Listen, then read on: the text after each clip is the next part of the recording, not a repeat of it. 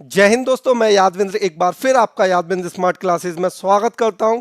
जैसा कि हमारी मैथ्स किरण की सीरीज चल रही है, इसमें मैं किरण का मैथमेटिक्स पूरा कंप्लीट कराने वाला हूं। तो जो बच्चा आज की क्लास पहली बार देख रहा है वो इससे पहले वाली क्लासों को देख ले, जिससे कि उसका रिदम अच्छे से बन पाए। और हमने यहाँ पहला चैप्टर जो स्टार्ट किया है बच्चा, वो किया है रेशियो। और आज हम लोग रेशियो में थर्ड टाइप शुरू कंप्लीट कर रहे हैं। तो बच्चा, सबसे पहले आप लोग ये समझ लो, आप किसी भी कॉम्पिटेटिव एग्जाम्स की तैयारी कर रहे हैं जहां मैथ आता है, तो वो मैथ आपका इस सीरीज के साथ ही कंप्लीट हो जाएगा। जो बच्चा पहली बार भी जुड़ रहा है हमसे, वो भी यहां से शुरुआत कर सकता है। ठीक है बच्चा, तो टाइप थर्ड में हम लोग कहां तक पहुंच चुके थे? टाइप थर्ड में हम लोग पहुंच चुके थे क्वेश्चन नंबर 21 तक। आज हम बात करेंगे क्वेश्चन नंबर 22 की। तो सबसे पहले आपको देखना होगा क्वेश्चन नंबर 22 आपसे क्या कह रहा है। देखो, एक समूह में लड़कों और लड़कियों की संख्या का अनुपात 7:6 है। यदि 4 और लड़के उस समूह में शामिल हो जाएं और 3 लड़कियां समूह छोड़ देती हैं, तो लड़कों और लड़कियों की संख्या से अनुपात 4:3 हो जाता है। समूह में लड़कों और लड़कियों की कुल प्रारंभिक संख्या क्या है? तो सबसे पहले आप, अगर मैं बात करूं तो यहां पे लिख लो बेटा, लड़का बॉयज, गर्ल्स। इनका रेशियो कितना दे रखा है? 7:6। तो आप लिख दो 7x/6x। बच्चा, यहाँ पे इसलिए हमें रेशियो मानना पड़ेगा क्योंकि आगे नंबर में दे रखा है, आपसे बोल रखा है 4 लड़के समूह में शामिल हो जाएं। तो आप सिंपली कर सकते हो, 4 लड़के शामिल हो गए। और आपसे बोला है 3 लड़कियां समूह छोड़ दें, तो -3। और ये जो नया रेशियो बनता है वो कितना दे रखा है? 4:3। तो आप बोल सकते हो 4:3। यहां तक बात ठीक है। उसके बाद हम सिंपली कैंची मल्टीप्लाई, 3 से मल्टीप्लाई करेंगे, ये कितना हो जाएगा? 3 सत्ते 21x प्लस 3 चौक 12 इक्वल टू 6 चौक 24 माइनस 3 चौक 12। ठीक है बच्चा, 21 को इधर ले जाओगे, 24 माइनस 21 कितना बचा? 3x। और इसे इधर लाओगे, 12 दूनी 24। तो यहां से x की वैल्यू निकलेगी 3 सत्ते 21, 3 अट्ठे 24, 8। आपसे कुल संख्या पूछी है, कुल कितने हैं? तो 7x प्लस 6x कितने हो जाएंगे बेटा? 13। और x की वैल्यू कितनी है? 8। ठीक है, 8 से मल्टीप्लाई कर दो, 8 दिया 24, 4 8 एकम 8 और 2 20। तो टोटल नंबर ऑफ स्टूडेंट कितने हो जाएंगे? 204। सॉरी, 8 दिया 24 और 8 एकम 8 और 10, 104। तो इसका जो आंसर हो जाएगा ऑप्शन नंबर 4। ठीक है, तो एक बार फिर देख लो, मैंने स्टार्टिंग में माना 7x और 6x। लड़के अगर 4 बढ़ गए और लड़कियां अगर 3 कम हो गई, तो नया अनुपात कितना आ गया? 4:3। बस कैंची का 3 सत्ते 21, 3 चौक 12, 4 छिंग 24 और 4 तिया 12। तो यहां से x की वैल्यू कितनी आ गई बच्चा? 8। अब आपसे पूछा था टोटल, तो टोटल 7x प्लस 6x कितने हो जाएंगे बेटा? 13। और x की वैल्यू 8, मल्टीप्लाई करोगे तो कितना हो जाएगा? 104। बताइए, समझ में आ गया? चलिए अगला question,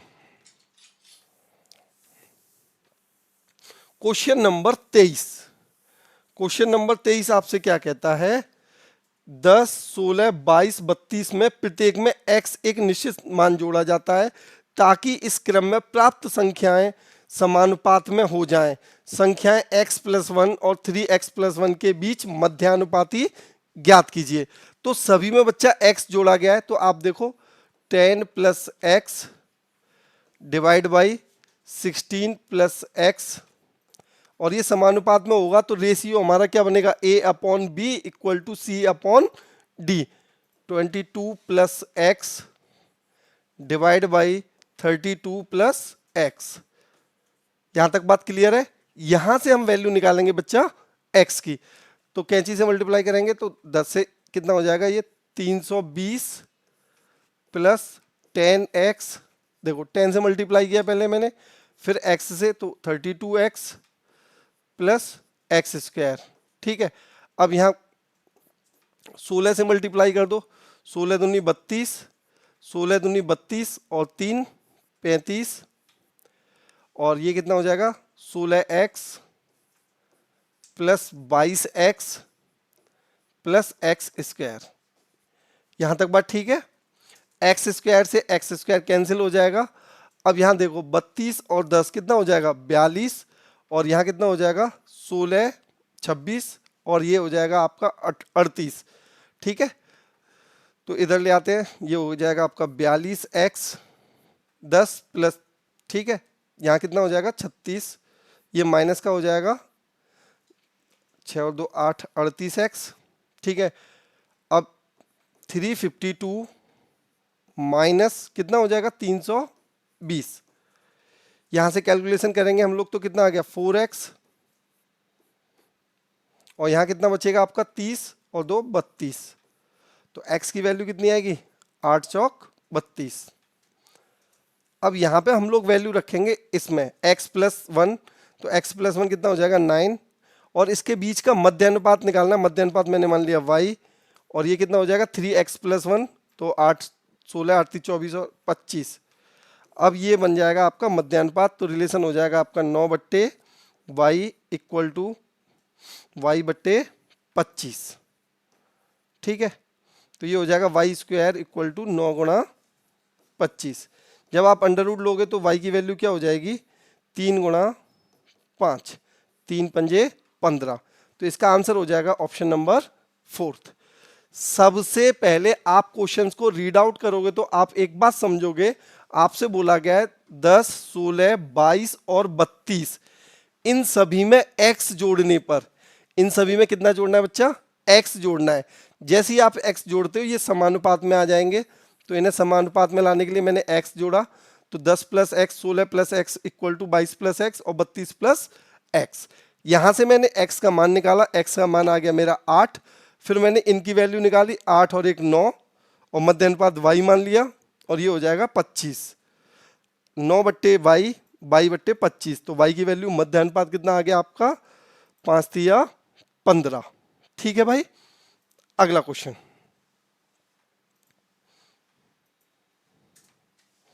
question number 24। Question number 24 जो दे रखा है, आप ऐसे क्वेश्चंस को देखा करो, ये क्वेश्चंस एग्जाम में बहुत ज्यादा पूछा जाता है।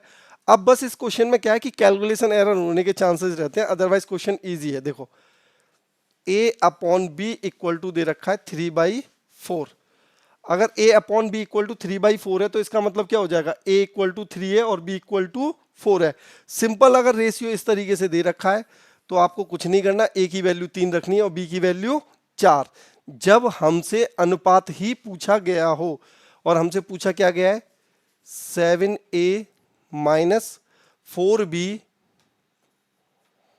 Divide by 8a plus 4b। देखो 7a minus 4b 8a plus 4b, a का वैल्यू 3 रखो तो ये कितना हो जाएगा 3 सत्ते 21, माइनस b का वैल्यू 4 रखा, 4 चौक 16, मैं एक साथ ही लिख देता हूं इसे, b का वैल्यू रखोगे तो कितना हो जाएगा 16, फिर 3 का वैल्यू a का वैल्यू 3 रखोगे 24, और b का वैल्यू कितना रखना है 4, 4 चौक 16, तो 21 माइनस 16 करोगे तो बेटा कितना आ जाएगा 5, और इसे ऐड करोगे तो ये कितना हो जाएगा 40, 1/8। तो आपसे जो पूछा गया उसका रेशियो कितना आ गया 1:8, ऑप्शन नंबर 1। तेजी से के साथ प्रैक्टिस करो मेरे साथ। देखो मैं एग्जाम में फिर बता रहा हूँ, एग्जाम में क्वेश्चन इजी आएंगे, बस टाइम का प्रॉब्लम रहता है, तो हमें टाइम को कंज्यूम करने के लिए जल्दी जल्दी कैलकुलेशन करनी है। एक बार कॉन्सेप्ट समझ जाओ फिर उसकी अच्छे से प्रैक्टिस करेंगे। अगला क्वेश्चन भी देखो सेम आपसे यही कह रहा है, इसमें भी आपको यही पूछा है कि 10a q plus 4b q divide by 11a q minus 15b q equal to 7/5। ठीक है, और a और b का मान निकालना है, तो सबसे पहले आप कैंची से मल्टीप्लाई करो, तो यहां से क्या हो जाएगा 5 से मल्टीप्लाई करोगे तो कितना हो जाएगा 50 a क्यू प्लस 4 पंजे 20 b क्यू इक्वल टू 11 में 7 का 77 a क्यू माइनस 15 सत्ते 105 b क्यू। ठीक है, अब यहाँ 50 a क्यू है, यहाँ 77 a क्यू है, तो इसे इधर ले जाएंगे बेटा तो ये कितना हो जाएगा 77 माइनस 50 AQ, और इसे इधर ले आएंगे तो ये क्या हो जाएगा 20 प्लस 105 BQ। अगर मैं यहाँ से AQ अपॉन BQ का रेशियो निकालूंगा तो ये कितना हो जाएगा 20 125, और ये आपका कितना आएगा बच्चा 27। तो ये रेशियो आएगा। तो क्यू रूट लोगे आप तो A अपॉन B का जो वैल्यू आएगा वो आएगा 5/3। यही हमें निकालना है। अब हम लोग A की वैल्यू 5 रख देंगे और B की वैल्यू 3 रख देंगे। अब आपसे पूछा क्या गया है 3A plus 5B divide by 9A minus 2B। तो A की वैल्यू 5 रखोगे तो कितना हो जाएगा 15, प्लस 3 रखोगे ये भी कितना हो जाएगा 3 पंजे 15। A की वैल्यू 5 रखनी 9 पंजे 45, और B की वैल्यू 3 दूनी 6।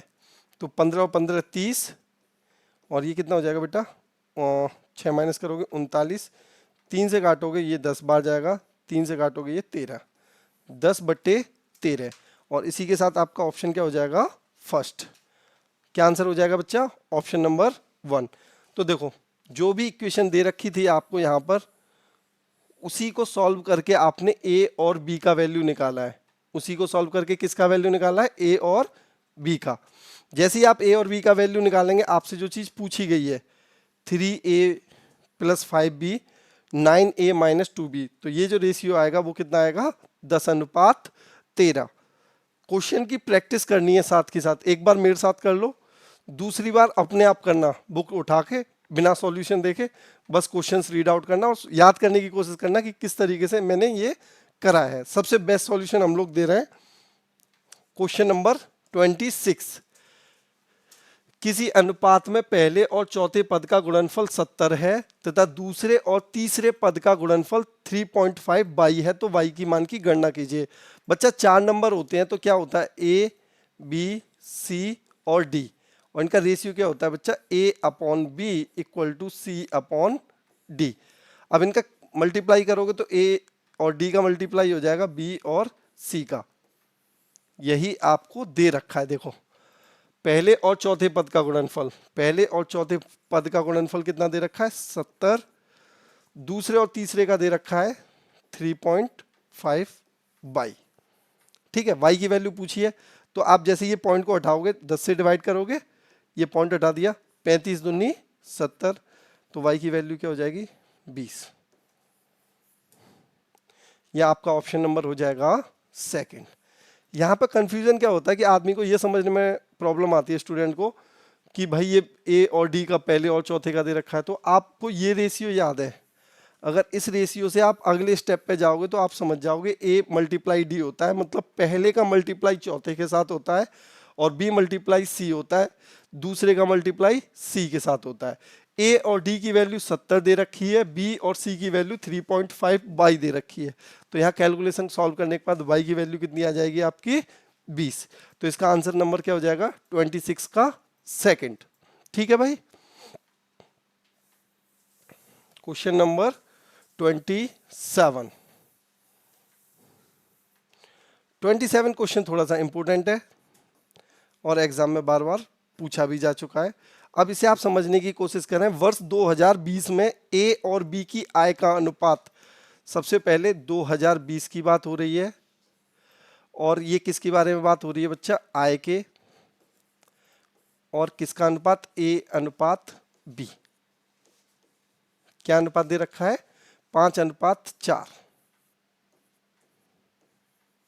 ठीक है, मतलब 2020 में A और B की जो आय थी उनका अनुपात कितना था 5:4।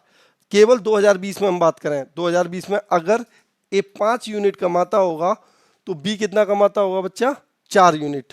आगे वर्ष 2020 और 2021 में उनकी व्यक्तिगत आय के अनुपात क्रम से, मतलब अगर मैं बात करूं 2020 और 21 को लेकर तो इसका 4:5 है, और B का कितना है 2:3।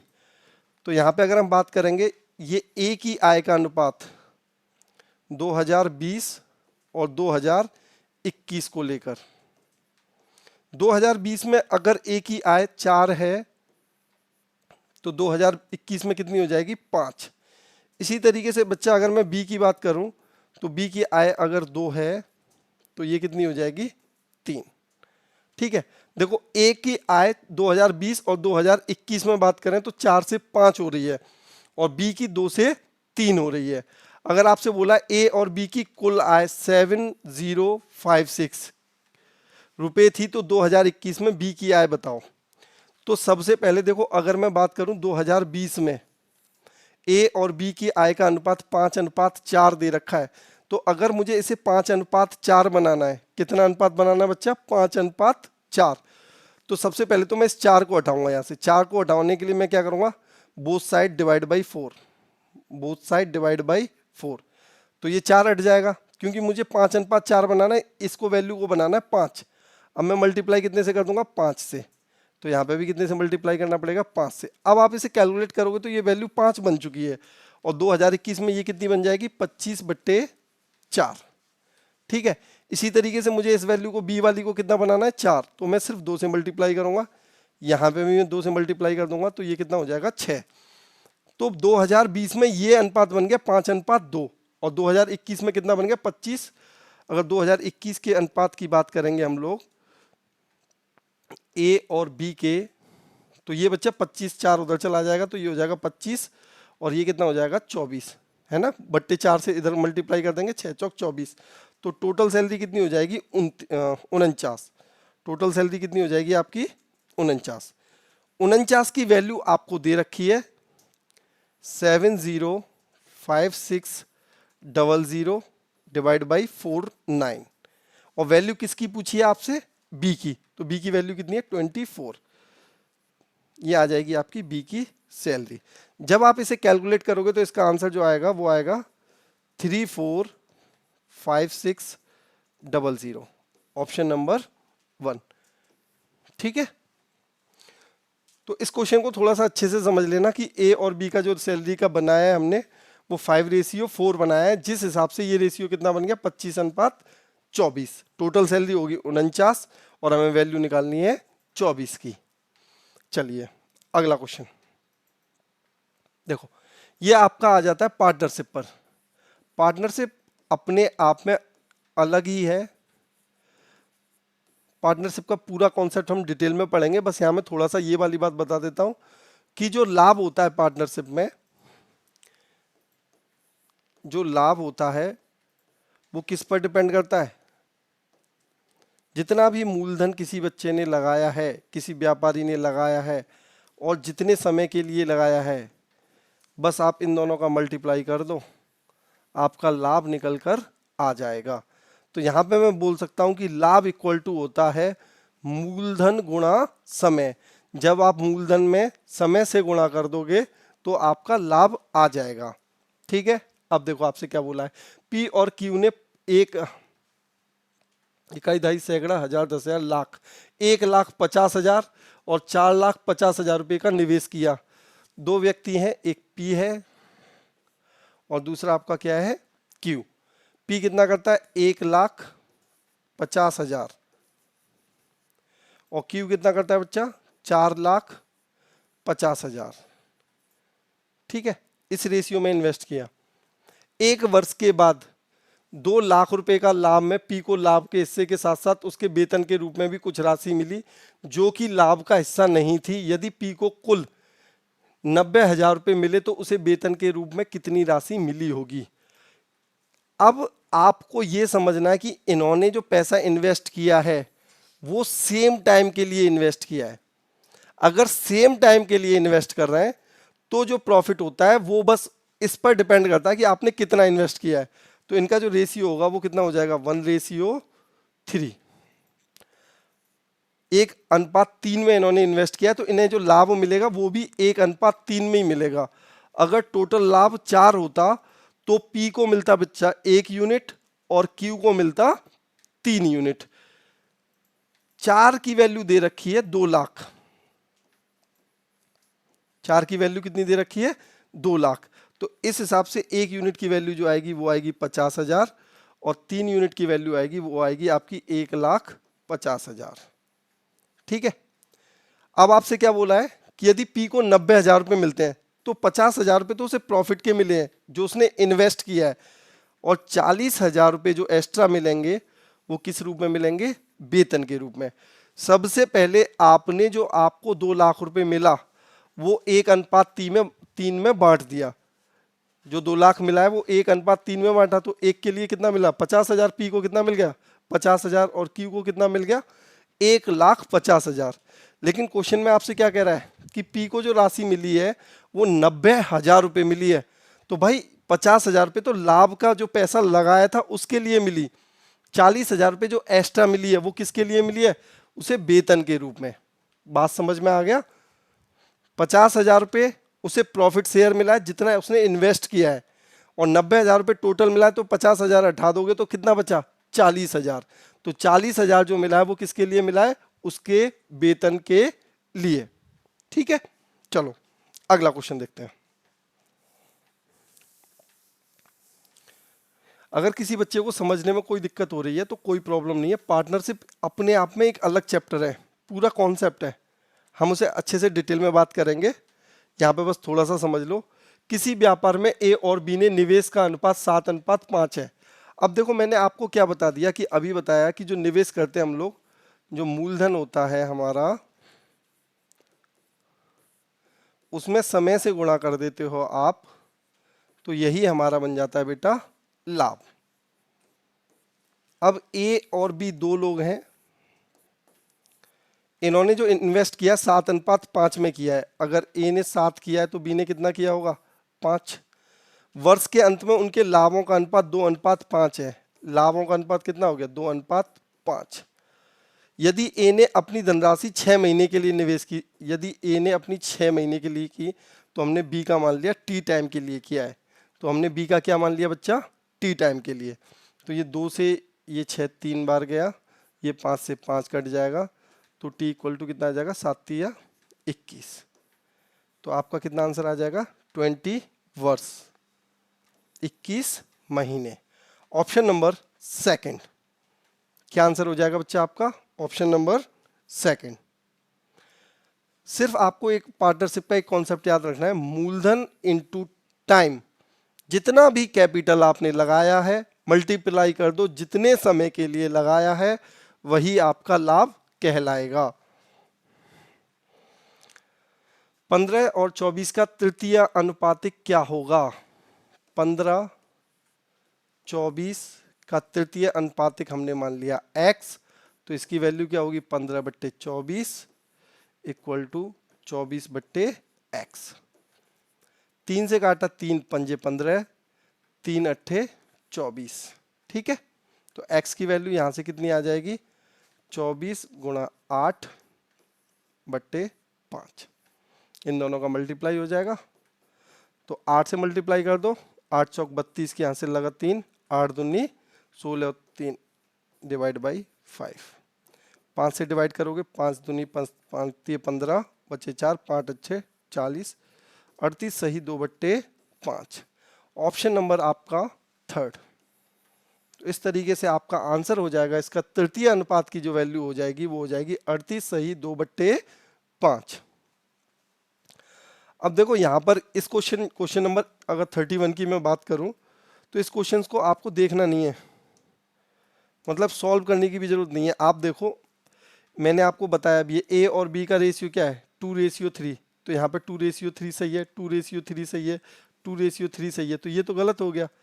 यहाँ पे तो 2:3 आ ही नहीं रहा है ए और बी का, और बी और सी का जो रेशियो है वो कितना है? 6:8। अब आप मुझे बताओ 6:8 को आप क्या लिख सकते हो? 3:4, 2 से डिवाइड करके। ये 3:4 दिख रहा है? नहीं दिख रहा है, गलत। ये 3:4 है, ठीक है भाई, ये 3:4 है, नहीं है, ये 3:4 नहीं है। ऑप्शन आपका क्या हो जाएगा? सेकंड। जब भी अनुपात को साथ में मिक्स किया जाता है तो उनका इंडिविजुअली रेशियो खराब नहीं होता, इंडिविजुअली रेशियो खराब नहीं होता।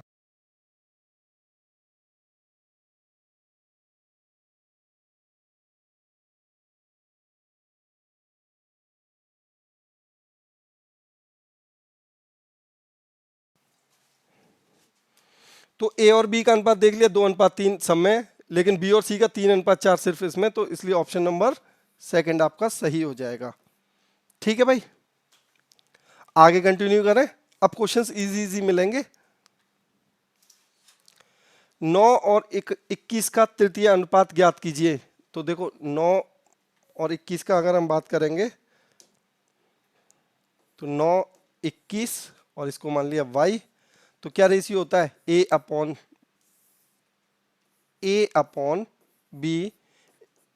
b upon c। 3 त्रिका 9, 3 सत्ते 21, 3 सत्ते 21, पाई की वैल्यू कितनी हो जाएगी 49। अब ये क्वेश्चन तो आपको मजाक लगेंगे एग्जाम में अगर मिलते हैं, और आप ऐसे नहीं बोल सकते देखो ये CHSL में आया भी है, आप ऐसे नहीं बोल सकते ये एग्जाम में आते नहीं है क्वेश्चन। किरण में जो भी क्वेश्चन दे रखे हैं वो एग्जाम में कभी ना कभी आए हैं। 4, 15, 24 के तृतीय अनुपात की गणना कीजिए। तृतीय अनुपात इस क्वेश्चन में या तो कहीं मिसिंग है, क्योंकि 3 नंबर तो यहाँ पहले से ही दे रखे हैं। तृतीय अनुपात छोड़िए, कुछ ना कुछ मिसिंग है, या तो ये 1 नंबर ही है, हो सकता है। 3 और 27 का मध्यानुपातिक ज्ञात कीजिए। मध्यानुपातिक क्या होता है b, तो 3b और 27। अब इसे आप सॉल्व कर सकते हो। 3/b equal to b/27। संख्याएं 5, 6, 8 का चतुर्थानुपाती क्या होगा? 5, 6, 8 का चतुर्थानुपाती मान लो आप d। तो इनका रिलेशन क्या होता है? a/b equal to c/d। ठीक है, तो यहां से जो d की वैल्यू निकलेगी वो कितनी निकलेगी? 8 6 48 बट्टे 5। तो इसका पॉइंट में दे रखा होगा 9 पंजे 45 की 5 बचा 3 30, 5.6। Option number second. ये क्वेश्चन तृतीय अनुपात, चतुर्थ अनुपात, ये सब आपको पता ही है। मैं आपको बता चुका हूं कि अगर तृतीय अनुपात की बात होती है तो 3 नंबर होते हैं A, B और C, और तृतीय अनुपात की बात होती है तो A, B और C, और इनका रेशियो क्या होता है बच्चा? A/B equal to B/C। और जब चतुर्थ अनुपात की बात होती है तो 4 नंबर होते हैं A, B, C, D, और इनका रेशियो क्या होता है? A/B equal to C/D। बस इतना सा याद रखना है, बाकी कुछ है ही नहीं नया। ठीक है,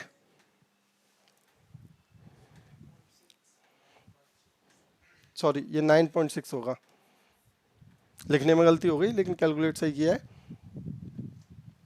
अब क्वेश्चन नंबर 36। Question number 36।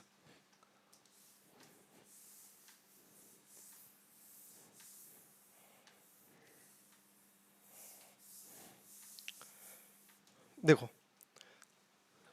यहां पे P/Q, P और Q का 10 11, Q और R 11 12। तो यहां पे अगर आप देखोगे तो P Q R, P और Q की वैल्यू कितनी है? 10 और 11, और Q और R की वैल्यू क्या है बेटा? 11 और 12। तो ये तीनों का एक ही बार में रेशियो आ गया, 10:11:12। आपसे पूछा क्या है? P plus Q ratio Q plus R ratio R plus P। कुछ नहीं करना है, इन दोनों की वैल्यू 10 और 11 21, P और Q, इन दोनों की वैल्यू 23 और इन दोनों की वैल्यू 10 20 22। तो ये अनुपात कितना हो जाएगा? 21 23 22। 21 23 22, ऑप्शन नंबर 1 आपका क्या हो गया बेटा? Option number 1। यहां देखो x और y का वैल्यू दे रखा है 1:2। तो यहां से आप बोलोगे x का वैल्यू हो जाएगा आपका 1 और y की वैल्यू क्या हो जाएगी? 2। x/y इक्वल टू दे रखा है 1:2। तो x की वैल्यू 1 पुट कर दो, y की वैल्यू 2 पुट कर दो, बस कैलकुलेशन हो जाएगा। 81 और 27 का तृतीय अनुपात, 81 और 27 का तृतीय अनुपात C मान लो, ये रेशियो मैं बता चुका हूं 21/C बन जाएगी कैलकुलेशन। देखो कैलकुलेशन तो करनी है आपको और वो आप सीखोगे भी। चतुर्थ अनुपात बचा रखा है, इसमें भी चतुर्थ अनुपात, सारे हो जाएंगे। तो क्वेश्चन नंबर 40 तक आपका हो जाएगा। यहाँ तक जो मैंने क्वेश्चंस छोड़े हैं वो क्वेश्चंस मैं आपको पहले करा चुका हूँ, इसलिए छोड़े हैं, और वहाँ पर कुछ है भी नहीं ऐसा कि कराया जाए। और बच्चा प्लीज़ इसे शेयर जरूर करते रहें, और जो भी बच्चा इन सीरीज़ को देख रहा है सब्सक्राइब करें चैनल को, और अपने दोस्तों को सोशल मीडिया के थ्रू शेयर भी करें। आगे अगला टाइप हमारा 4th होगा। मिलते हैं अगली क्लास में। Thank you so much.